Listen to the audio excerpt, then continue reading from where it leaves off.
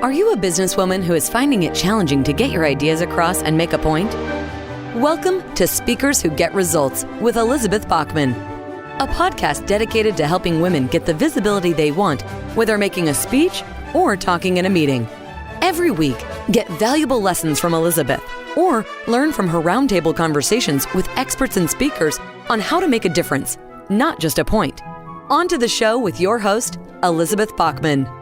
Hello and welcome to Speakers Who Get Results. I'm Elizabeth Bachman, your host, and this is the podcast where we interview experts from around the world on such topics as leadership, visibility, presentation skills, and communication challenges. My guest today is Michelle Thompson, who is an expert in communication, company culture, and has also the host of the You Belong podcast. Before we dive into the interview, though, I'd like to invite you to see where your presentation skills are stacking up by going to our free 4-minute assessment at speakforresultsquiz.com. That's www.speakforresultsquiz.com. And that's where you can see where your presentation skills are strong and where perhaps a little support could get you the results you need and the recognition you want.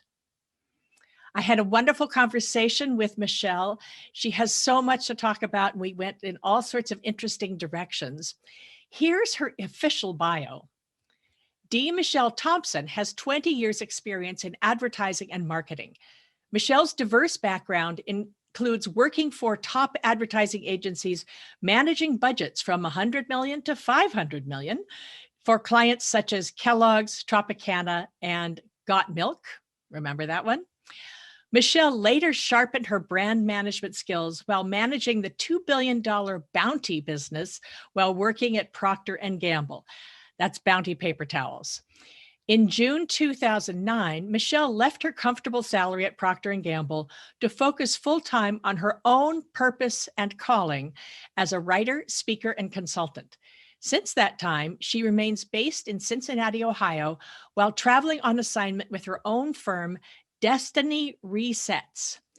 Michelle's company, Designed for Destiny, LLC, is shaped by its mission to empower leadership ripe for a healthy workplace. She brings this to life by focusing on the 4 C's: culture, communication, change management, and community. This work led Michelle to Dubai, United Arab Emirates, facilitating sales and marketing training for over 20 leaders from various parts in the Middle East. And you'll hear she's got a great story about that. Michelle launched her podcast, You Belong, in October of 2019. Distributed on Apple Podcasts, Spotify, iTunes, and Podbean, the You Belong podcast features Michelle interviewing business thought leaders on how to fit in even when you don't, combining inspirational nuggets and practical tips for work and life. To date, Michelle has authored 3 books, with the 4th, You Belong, coming soon. So now on to the interview. Michelle Thompson, welcome to Speakers Who Get Results. I'm so delighted to have you here. Thank you for having me. Well, we have many things to talk about. But first, I want to ask you about your dream interview. If you could interview somebody who's no longer with us, who would it be? What would you ask them? And who should be listening? I like that question. Made me really think a little bit more, but I think about the books that I've loved over the years and what's really touched my heart. And one book I really loved is a book by an author named E.M. Bounds. And he was an attorney, a minister, and a writer. And he wrote several books all on one topic, all about prayer. And as a woman of faith who's like constantly ripping and running in business and always like, oh, I need to find some time just to be still. Reading about how to do that from a man who spent the last, I think, 5 to 10 years of his life living by himself writing. So he didn't even see any of his works published. It was his wife and his friends who found his books later on who published. So the question I would ask is really why? Hmm. Why? Why would you spend the last years where you could be touching lives like your family? Why did you choose to seclude yourself in such a way to give up touching on, loving on family and friends right in your midst to write? Now, did he know that he would eventually touch millions of lives around the world through these books that he's written? Or was it just the peace that he Mm-hmm. found in being alone and writing? So I would love to ask that question. And I Oh, think a lot of people would listen for that. oh, that's wonderful. So let's move on to the other things I wanted to ask you. I wanted to ask you, first of all, you have a podcast called You Belong, which is a great name. Good for you. Why did you call it that? Why is that so important? That whole You Belong message. Why is that so important to you? For me, it's funny. A lot of people go immediately to, oh, diversity, and she's a woman of color. But for me, it goes all the way back to childhood. I moved 4 times before the 6th grade. Oh my So goodness. what did that mean? I never belonged. In Mm-hmm. social groups with friends, I was always the new girl. And I moved from all white neighborhoods to all Black neighborhoods to diverse neighborhoods. And I was always an outsider, so to speak. One of my favorite movies was C. Thomas Howell and all those wonderful men from the Brat Pack in The Outsiders when I was a. And so I always had this inner kind of balance. And then as I got older and my faith increased, I started realizing, wait a minute, I was created uniquely on purpose and I don't have to fit in. And so I feel like everyone, regardless of color, regardless of gender, you have something in life where you've felt like you didn't belong.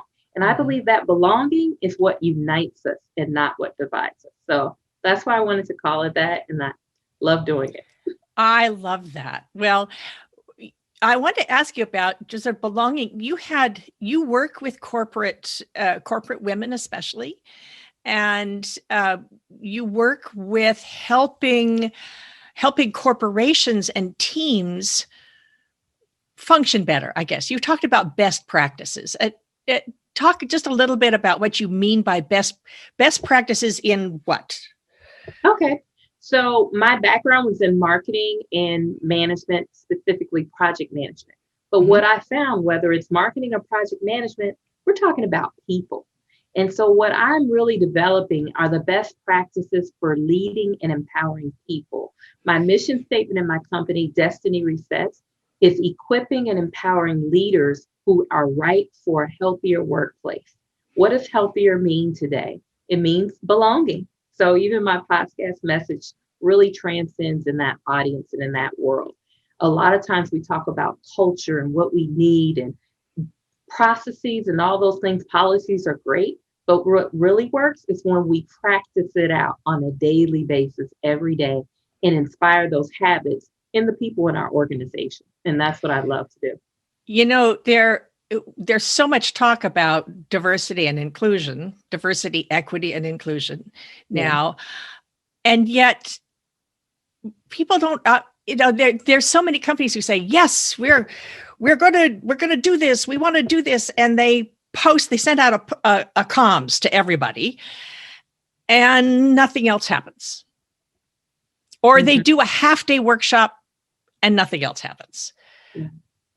It's like a few years ago, the whole thing was workshops on sexual harassment. And everybody thought, okay, we're done. Mhm. You do a 1 hour on sexual harassment. Or um, I know one company where the women were talking to me because they couldn't get ahead and they were talking about sexual harassment. And they said, yeah, nobody has time to actually go to a workshop. So we just have to watch a video and it gets it gets clocked in that we watched the video, but everybody I know plays the video, puts it on mute, and does the rest of their work somewhere else. Nobody actually ever watches it. This is a big company too. This is like international. So how do you get people to listen? If you want to tell them best practices, how do you get them to actually listen to you? Well, that's a great question. And I love the quote from Theodore Roosevelt that says, people don't care how much you know until they know how much you care. And Ooh, so I that's good. get people to listen by using empathy. Mm-hmm. And everybody's familiar with Brene Brown, not to promote her so much, but she has great books as well as thought leadership around this vulnerability and empathy. And so I really like to start with clients and helping them understand it's important to know your employee and understand what drives them on a totally different level if you really want to communicate with them and tap into them. So, how do I get people to listen? It starts with the hook, which is the heart. It's Mm-hmm. reaching them at the heart matter. And so, when you talk about those companies who are just playing audio, I would say best practice, that's not a best practice. The Mm-hmm. best practice is to start with the problem, to start with storytelling, to really introduce how this may impact their life or their role, or maybe others that they care and love in their life. And so when people can identify, capture it at a heart and identify and say, wow, this could be me, or you know what, this has been me and I didn't know to put a name on it, or Uh-huh. wow, I've been a part of this and didn't realize it. Mm-hmm. That's when you kind of open that door and the ears come up and people begin to lean in, so to speak, and listen and learn. And it doesn't happen in a 1 hour webinar, right? Absolutely not. That's another best practice that I teach companies is if you want to work with my team, is that you have an agreement that this is at least a 9 month, 6 to 9 month journey. And by journey, I mean you are committed to seeing something start in your organization. In reality, it's been said, best practice, it takes about 3 years to Mm-hmm. begin to see the impact of a new culture shift or change within an organization. So all these companies who created these new D&I or IND roles, it doesn't really matter unless they are willing to put in the investment of time, talent, and treasure, not just in that individual, but building a team around them and building a sustainable program that will be carried on beyond just a title or a role. So I kind of discourage from that. Yeah, it's I'm curious, what's the enrollment conversation you have with the company? How do you, Okay. because this is something that I hear a lot and we talk about a lot in the circles that I'm in, but I don't know if anybody, those are the circles I'm in. It's what I do. So, helping people present themselves. And so it's a big topic, but I think I'm kind of in a bubble around this. So what's the enrollment conversation? How do you get a company on board to do that? So, right in the initial phases with a few different companies now, but what I find most effective is finding the pain point. Mm-hmm. So, either the company is up against some legal challenges in a certain area related to Okay. this, Yeah. or perhaps it's a nonprofit and they had a donor experience that offended all of their employees.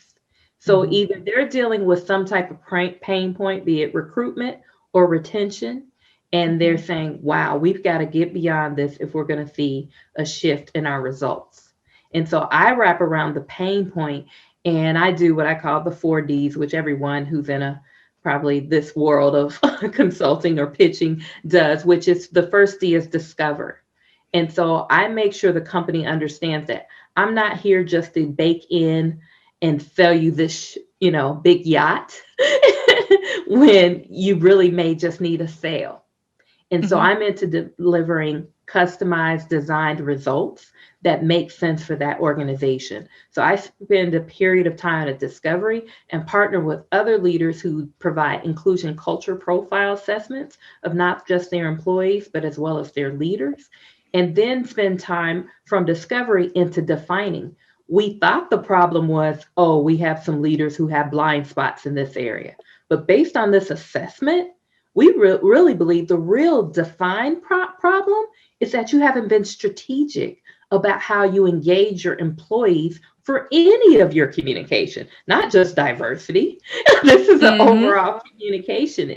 And so once we define that, then we're able to take them through development phase. And that's when we develop what is the right way to go about this. And so I always encourage companies to come up with what I call your task force. And these are the ambassadors who are going to be there long after the consultant is gone. And so what I really encourage is the whole concept of moving the middle, that leadership, it flows from the top, but you also have to empower those middle level managers who are going to be touching lives of people you may never as a top leader. And so making sure the middle level management is on board and included in the process. And I have a story about that later if we have time, when that doesn't happen. Yes. And finally is delivery. And that's when you begin to execute and see. A lot of times we want to start with a training, but as I've been designing this with one organization, I'm saying we're going to do private trainings with the leaders and start to have them live with this before we do company-wide. Because when we do company-wide trainings, we want to be able to point to some of those leaders and share, did you notice this behavior change the past 3 months? Did you notice this one out? And be able to connect the dots with the employees that this was a result of the training you're experiencing today. I love that. Yeah. Oh, wow. Great. Yes. Yeah. Yeah. Oh, yeah. And so when people hear this, they're just like, wow, this is a journey. I'm committed. And so you see there's like an immediate, people are like, she's not just selling us the consultant. Oh, I'm going to do this and that. She's making us know there's going to be hard work on both sides, her as a consultant and us as a team, and committing. And so I'm okay with it taking a longer lead time because it's a longer commitment. Well, it's just like exercising and going to the gym. You don't become an Olympian racer without the exercises, without doing the sprints, without doing the practice. You don't become a concert pianist without sitting down and doing scales. I love that, because I tell you, if I could make someone a star speaker, or I could just wave a magic wand and show someone how to get themselves seen as vice president material or C-level material. Yeah. Well, if I had a pill for that, I'd be a bazillionaire right now, because I could just do a pill and fix it. But, this is an interesting thing. What this says to me, and it just really points out, is you're answering what they come to you for what they want, and you're giving them what they need. Can you talk a little bit about marketing to the pain point without not telling them what they need too soon, answering what they want first to get them in? Sure. And that's where I go back to my experience with the whole empathy piece and storytelling. What I can always do is say, hey, you sound like some other companies that have had a similar pain point. No one's new to this, but let me tell you what happened when they approached it from this linear view. And so when they can see themselves in that and say, wow, we don't want to end up like that, then they're open to, maybe we should dig deeper and find out what the overall pain point is here that's going to speak to everyone in our organization. So your storytelling isn't just success stories, it's also horror stories. Yeah. Yeah. Oh no, I agree. I agree too. It's just that you can also, especially in enrollment, tell a story about how somebody crashed and burned. It's I don't want to have that happen to you. As we are talking about all of this, I'm going to go to the what happens if you don't enroll people, but I want to go first with, if you find yourself in a position where you see inequities, for instance, feedback is such an important thing. Can you talk a little bit on how to give and get feedback? Awesome. One of my favorite topics. I'm so glad you brought it up. I just wrote a training called The Gift of Feedback. And Mm. in that training, I talk about how everyone loves to give feedback. We don't necessarily know how to do it, but we want to give it. But who all wants to receive feedback? Not a lot Oh, of people uh, sign up for that. And then if you think about how many people ask for feedback. So I picture on the table for people three gifts. And the first big gift is the giving feedback gift. mm-hmm. Second gift that's kind of medium sized are the people that are willing to receive feedback. And then the small pequeña gift, the real tiny one, is the ones who are asking for feedback. And that's a sign of a great leader, by the way, if you're Uh-huh. willing. And I say, let's mix these boxes up and let's make it one big box. And let's say that it's all a gift. And that if you don't know how to give a good gift, you will not receive a good gift. If Ah, you know how to ask. And so it's really in the packaging.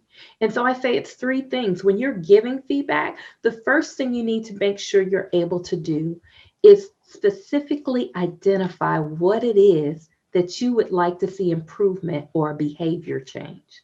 A lot of times we become so familiar with that. Oh, you've heard the S sandwich or the crap sandwich before, mm-hmm. where you compliment, then you tell them what you want to change in the middle, and then you add on a compliment at the end. It's a crap sandwich.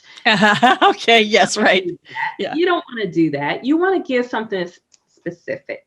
So really observe, what is the impact this specific improvement or behavior change, what's the impact going to be to them or the organization? Again, you want to drive in that caring component. Like, no one cares. You said, you didn't speak so well on that, or I didn't like that last point. That means nothing to me. But if you give me impact, like, you know what? When you shared it in that way, I did not understand how this impacted my day-to-day job. But now that you explained to me that my lack of doing one-on-ones with my employees are impacting the negative narratives they have about me in their head, about who I am as a leader, I'm going to prioritize having one-on-ones with my direct reports. So Mm-hmm. that's a different level of feedback. And so then I always say, with any gift, what do you want to make sure? Thank you, right? Ah, Thank you. okay, yes, So right. you want to say thank you for considering this. And I always tell people, close the feedback loop. A lot of times we give people feedback and then everybody walks away. Have an agreement. Say, hey, I'm giving you this gift Mm-hmm. and I would like to meet back up with you in 30 days. They say 21 days to change, a Mm-hmm. habit, behavior. I want to meet back up with you in 30 days and I want to hear about what you've done with this gift. Okay. I have so many things to ask you about. So many things. So the first one is, how do you deal? So often women, Mhm, particularly, take it personally. mhm, If you get negative feedback, mhm, actually, you get positive feedback, you say, okay, that's great, and you forget it, right? mhm. And then negative feedback keeps you awake all night. Yep. How do we cope with that? One thing, we have to renew that little mind of ours and take out the context, positive and negative, and say it's feedback. Mm-hmm. Easier said than done, I know, but you have got to remove emotions from it. And so that's why I say feedback should be done, celebration is for public and correction is private. So Mm-hmm. anytime there's feedback, be it positive, negative, however you want to coach it, make sure it's being done in a private, safe place where Mm-hmm. someone can really receive the gift you're giving them. Mm-hmm. And make sure you set the tone that's in such a way that it's about the work. Because if it's given right, you cannot take it personally. We have to take out words like, you did this, when this occurred, this is the impact it had. Mm-hmm. Could you consider this in the future? So it's nothing about Elizabeth, Michelle. It's about, this is what happened. This was the result or the Mm-hmm. impact. Right. This is what I'd like to see change for a different result in the future. And so if we can focus on the facts and not the emotions, we can get to a better place. I also think it makes me think about, I know I spent years. I've been working on this one for years, and it's still the voices in my head. It's usually, it goes back to my mom saying, "Shame on you. Why did you do that?" When I was probably 5 years old. And that voice still echoes in my head. And so feedback is feedback. It's not necessarily your mom swatting you for having been a bad girl or bad kid, let's say. How do you give feedback to someone who outranks you? Great. Safely. A lot of people have listened to me in meetings and they say I tend to use humor. So I give feedback to someone who's in leadership, maybe it's a client, a CEO level, and I may give a joke. And in the joke, again, storytelling, they see themselves and they're like, "Are you saying that's what I'm doing?" I'm like, "What do you think?" So you give them an analogy and think about that. That could be you there and being perceived with their employees. But other people that you may not have that relationship with where you can joke in that manner, what I've done is I've brought in other consultants. I mean, let's just talk frankly here. I'm a female African-American woman in predominantly white male dominated consulting world. So some people, this is the first time they've had an executive coach that was female and a woman of color. And so in one case, I brought in one of my great peer friends who's a double Harvard grad white male to give the feedback that I wanted to give. But me having him in as a guest speaker, and I have to admit it worked. But they were able to receive the same thing I would have said from the double Harvard grad white male. And it was a woman executive, by the way. But she was trained a certain way and was used to certain things. But when I noticed that peer came in, I was just sitting there like, "Are you kidding me?" And so little does she know, I still get a referral fee, but so it still works in my favor. But I just moved on a different path and said, maybe you need this executive coach for you privately, and I'll keep working with the rest of your team and your middle level and your directors. I love that, because that's actually something that I say to clients all the time is if they are not being heard. And what I really do is I help women be heard. And if they're being ignored and not listened to, and maybe they're the only woman in the room, leverage an ally, bring in a third party person, especially since we're not supposed to brag and say how great we are, but when somebody else says it, a third party endorsement, we should be helping each other. Absolutely. I get it. Or there are people who will hear the message better if it comes from a coach who's a former football coach.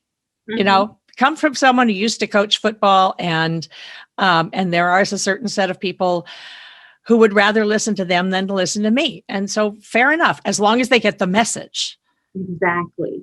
Yeah. And you see how that could have been hindered if I was caught in my emotions or my feelings, if they say, like, as a leader, you have got to learn where and when to lay it on the line, like to leave those emotions out and focus on what is best for this business to move forward.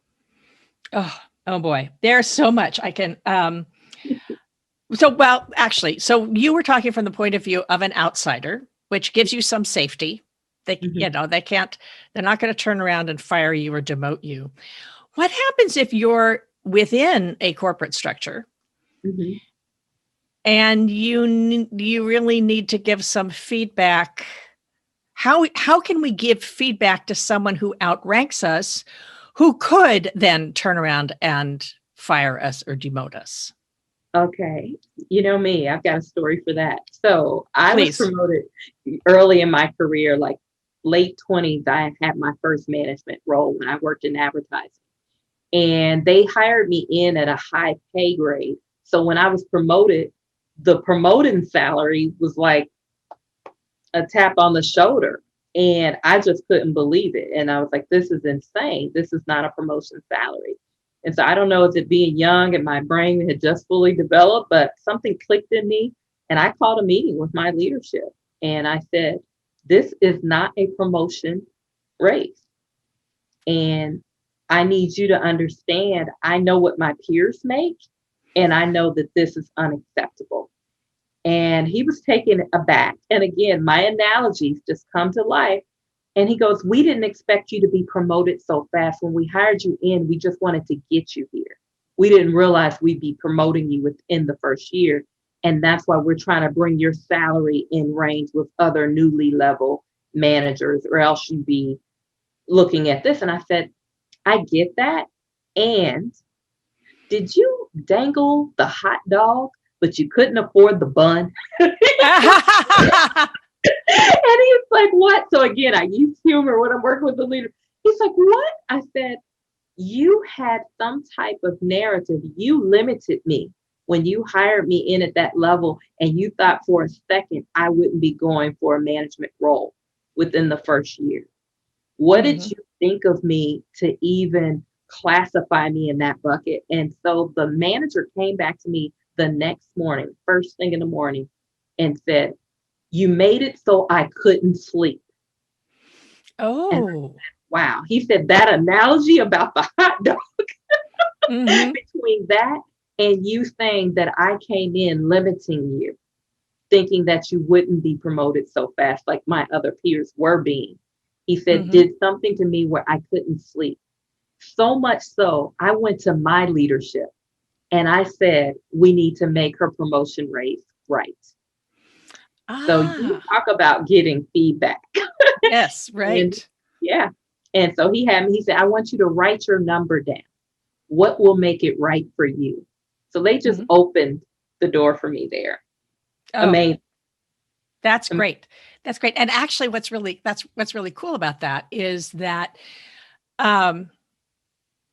you took the emotion out of it.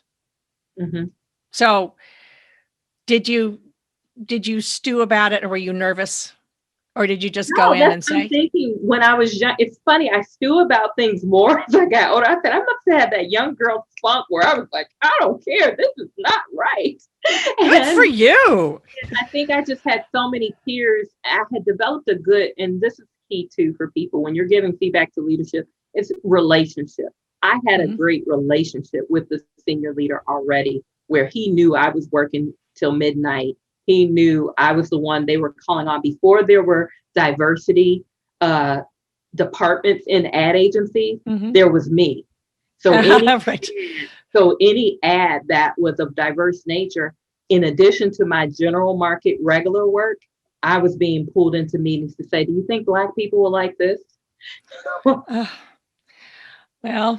at least they tried. Yeah, at least they were trying. You know, this is the unpaid role, that this is just added value. And I'm like, do you understand how many places I've lived and what I've experienced? I'm probably not the regular person you're targeting that we should be answering this question. I'm probably not the best person. But I had such a great relationship with leadership. I was able to give that feedback and they responded.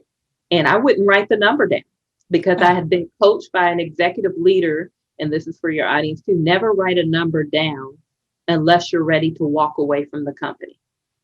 That you should never write a number down, because it's as if you're saying, if you don't give me this, I'll quit. And so I told him, when I gave you feedback that my salary was incorrect, it was not me saying I'm ready to walk out the door. It was me saying, I want you to make it right. Will you make it right? I'm not writing a number down. He went back to leadership and told them, she will not write the number down because she doesn't want you guys to think she's ready to walk away. He came back to my office. They said, we understand, but we still need her to write the number down. I wrote down the number. They came back with $2,000 above what I asked. Oh, good for you. Good for you. Oh, and I think about all the years I wasted not doing that sort of thing. I wish I had known you in my 20s, because I think about all the time I wasted just trying to be the good girl so that they would like me, and not fighting for my rights. I do want to get to, before we finish, like the main section of this is, you told me a story the other day about the disaster in Dubai. And it was something about candy companies. I didn't know that Dubai made candy. So explain that part first, please. But tell the story, please. Sure. There was a company, and I usually leave a safe place for my clients, but there are manufacturing companies in the Middle East that make candy. And Okay. so I was on contract with one of them. And what's interesting, after a year and a half of writing best practices for 4 different departments, sales, marketing, research and development, and finance, I was flown to Dubai to train about 20 leaders. And it was Dubai United Arab Emirates. Even though the client was based in another part of the Middle East, it was easier to fly all of their company colleagues and myself into Dubai than for Okay. us to meet up in another city in the Middle East. And how many different nationalities did you have there? Predominantly 2, Middle Eastern and myself. So Okay. we had people from Egypt, Beirut, Uh-huh. Saudi Arabia, a couple different countries all around Dubai. Hmm. So I'm around the Middle East. So it was really great. And then there was myself, the only American, only person of color there, American. And then And there may be female? Were you the only and woman? female. There was Oh. 2 Middle Eastern women there outside of myself. So it was 3 women and about 20 men. Hmm. And 2 were white male American, and then the rest were Middle Eastern. Okay. And what Yeah. happened? So I get up to speak. How would you feel if everyone starts jumping up in arguments while you're presenting? Oh, I would Yeah. not like that. Yeah. So it was very disconcerting. And they kept saying, sorry, this isn't about you. And they kept pointing at each other and just going off. So any best practice I released, for example, in training, and say, when we launch from now on, we should launch marketing doing XYZ, and list the different stage gates and what the product life cycle and what we wanted to go through. And people began to point fingers. It was just, by the end of the first day, it was exhausting. I wasn't through my material. I had 5 days and Hmm. probably 500 pages of PowerPoints, and it didn't look like I was going to get through any of it. So what happened? So I met with the CFO prior to, and he gave me a small warning saying, hey, I hired some new people, and people are kind of fighting for their territory as far as where they are in management and leadership. So you may get a little pushback. Okay. And so that was not a little pushback. That was Hmm. a lot of pushback. And so I went to lunch with one of the women there, because a lot of times I wasn't able to socialize with the other men from the room outside of the meeting. Hmm. And so I went to lunch with one of the women, and she explained to me something that had been left out. When I started working with this company a year and a half earlier, none of those people were in leadership. They didn't even work for the company. They were hired from some of the best in class companies around the country in CPG, consumer packaged goods. And they thought they were being hired in to give the best practice and how to do different things. They Ah. had no idea that I existed, and I had been working for the company designing the roadmap, so to speak, Hmm. of how we would operate without them. They didn't feel heard. Ah. So did this teach you something about belonging then? Oh my gosh, belonging on a whole new level, because I realized here it was, I've always been passionate about people being heard and making sure they belong. And I had asked when I initially started the journey with the client, okay, so who are the people you have here? And he said, we don't have anyone. That's why you're here. I Uh-huh. didn't check in with the client over the last year and a half and recognize. And so from now on, what I do from a belonging standpoint is make sure I interview clients and make sure they give me the profiles of who are the people going to be in the room. And if possible, I bring them on the journey. As I mentioned earlier, my process gate, there's an ambassador or task force. Those Hmm. gentlemen would be a part of my task force now and really inputting into the final training that I deliver for the organization. So what did you do after you'd had this lunch and you found out that they were all new? What did you do for the next 4.5 days? Wow. So I threw the PowerPoint out almost. I had to really start from scratch. On my lunch break, I put together practical example of culture, of what it means to have a healthy culture. And I apologized to them. Mm-hmm. So started with an apology. And then we talked about culture and the importance of people being included in the process. And then we restarted the workshop. And what I did is I put together color-coded Post-it notes on the lunch break. I did all this in an hour lunch break. And when the men arrived back into the room, and some of the women, they had color-coded Post-it notes in front of each desk. And Mm-hmm. each color meant something different strategically. That meant, do you have an issue with the process? Do you have an issue that we don't have policies in place? Or do you have an issue that there's no people resources for this? And so I had a time in the day where I would take breaks and they would go to whiteboards and fill up the colors. And I would take the questions on the spot and redesign the PowerPoint in the best practice around all the best thoughts in the room, which meant for longer nights, longer days. Yeah. but we got through it. It was awesome. Oh, so I'm curious, was your best practice based on American culture, or was it based on their culture? It was American culture. And though the company, without giving away who it is, they wanted the American way because the American companies had infiltrated the market and were gaining share. So in order to compete with the American companies, they wanted to know what were the strategies. Mm-hmm, exactly. Okay. Well, Michelle, I could be talking to you for the next 3 hours, but we both have things that we have places to go and people to talk to. So I will leave it at that. If you have one person, or rather, what I'm going to say, if someone who's listening wants to do one thing to help feel like they belong in a company, or to make their people feel like they belong, where would somebody start? I say you start with, we've brought it up a couple times, reflective listening. You start by becoming a better listener if you're trying to help other people in your company belong.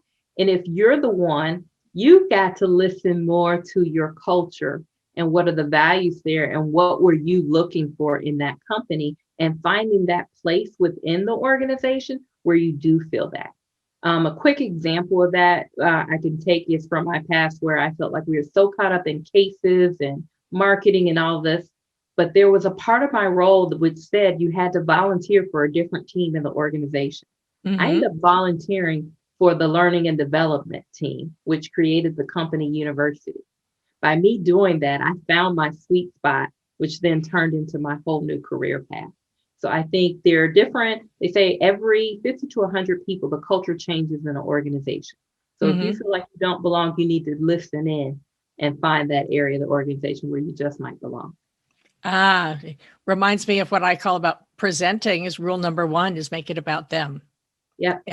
Yeah. So Michelle Thompson, it's been such a delight to have you here. We'll put all sorts of notes in we'll put notes into the show notes, how we can find out more from you. And I thank you very much for having been a guest on Speakers Who Get Results. Once again, let me remind you, listeners, my wonderful listeners, that if you want to find out more about your presentation skills, you can go to our free assessment. It only takes 4 minutes. If you go to speakforresultsquiz.com, that's www.speakforresultsquiz.com. And that's where you can see where your presentation skills are strong and where a little support could help you get the recognition and the results that you want. This has been Speakers Who Get Results. I'm Elizabeth Bachman, and I'll see you on the next one. We have just concluded another great episode of Speakers Who Get Results with your host, Elizabeth Bachman. If you got value from today's episode, please feel free to share us with your friends and colleagues. You may also visit elizabethbachman.com for additional resources. Be sure to tune in every week for new episodes, and thanks for tuning in.